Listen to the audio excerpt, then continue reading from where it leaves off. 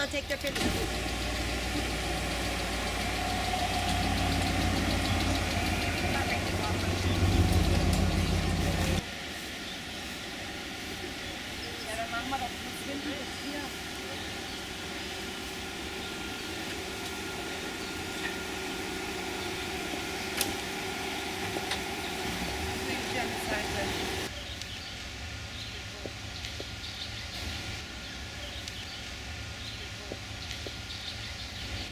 No, we're gonna cover it right now. Okay. And then perfect. I'm gonna fit 2 more cars in. I don't really usually carry a camera, you know, but this is unique.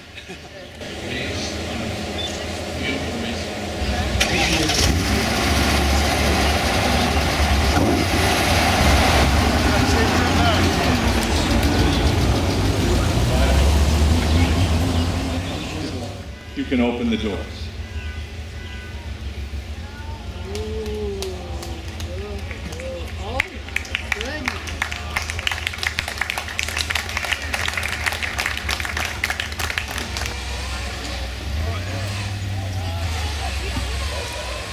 I think it's one of them one-handed wheels. Wow. Bitte? Ah, shit. Ah, shit. Can I walk over here?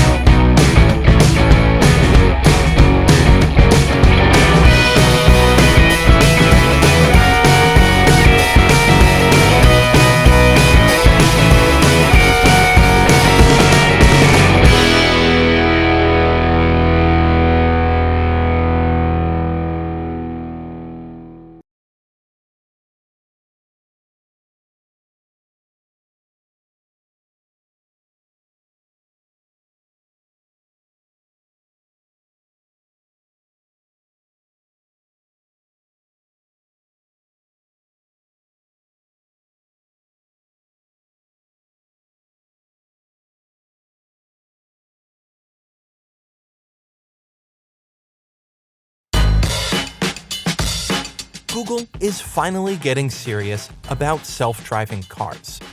As in, it's getting serious about making self-driving cars and putting them in consumer hands. Now, the tech giant is finally making its own self-driving car company called Waymo. In the 7 years of the original experimental phase, Google has put more than a few notches in its belt. After more than 2 million miles of driving, its cars can dodge jaywalkers and interpret hand signals from construction workers. They've mastered the dance of the four-way stop. They pull over for emergency vehicles and they brake for squirrels. To prove it's ready, Google's car carried a passenger around public roads with nobody around to take control in case something went wrong. We drove all over the Bay Area and showed that, yes, indeed, we had the capability. This trip was about showing that we can actually take that capability and turn it into something that's ready to go out into the real world.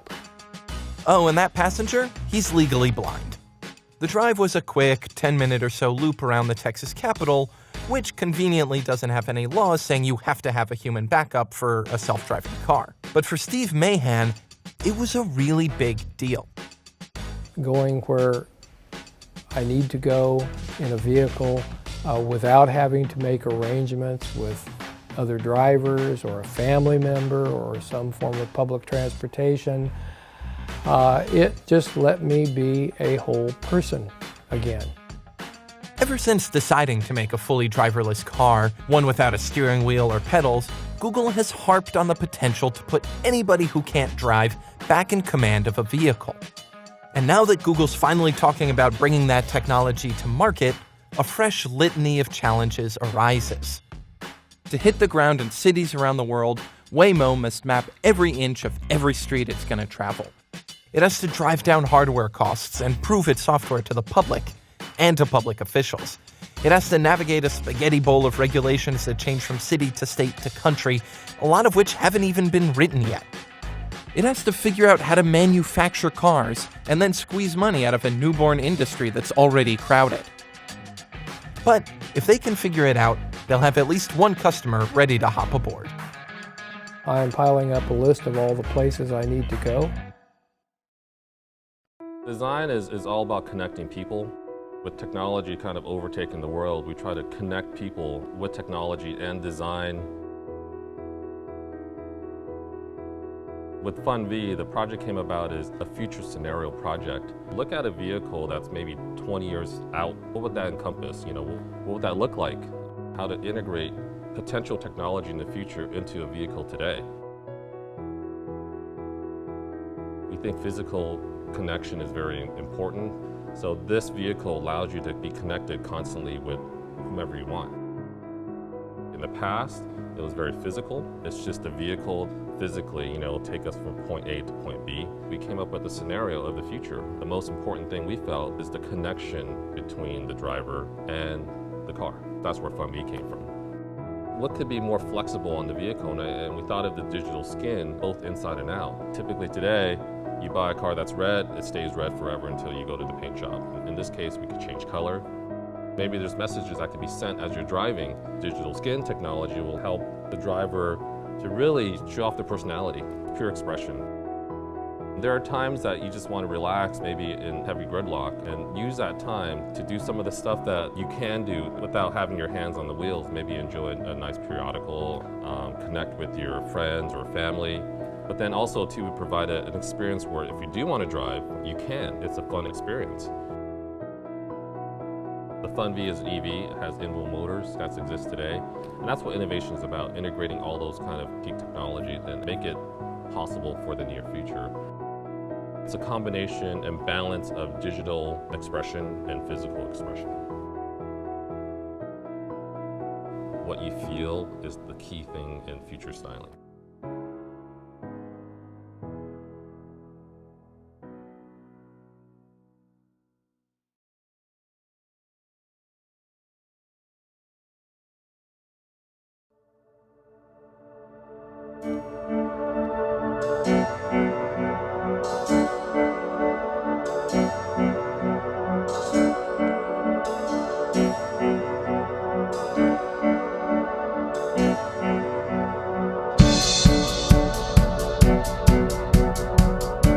Hello, my name is David and that's our Cabriovelo.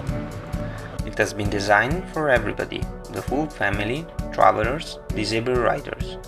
It's for commuting, for going to work. You can take your children to school and go shopping, but also leave for trips and recreation, in bad or sunny weather. Because it's convertible, you ride protected from rain and cold, and switch to cabrio within moments whenever the weather gets better.